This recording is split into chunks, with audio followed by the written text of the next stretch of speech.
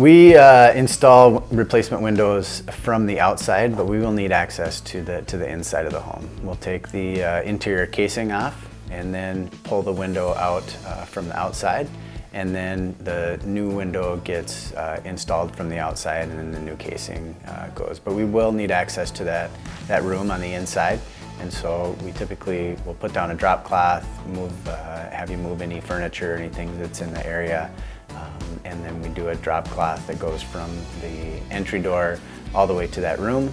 And then when the guys are done, they'll take all that stuff with them and do a real good cleanup at the end.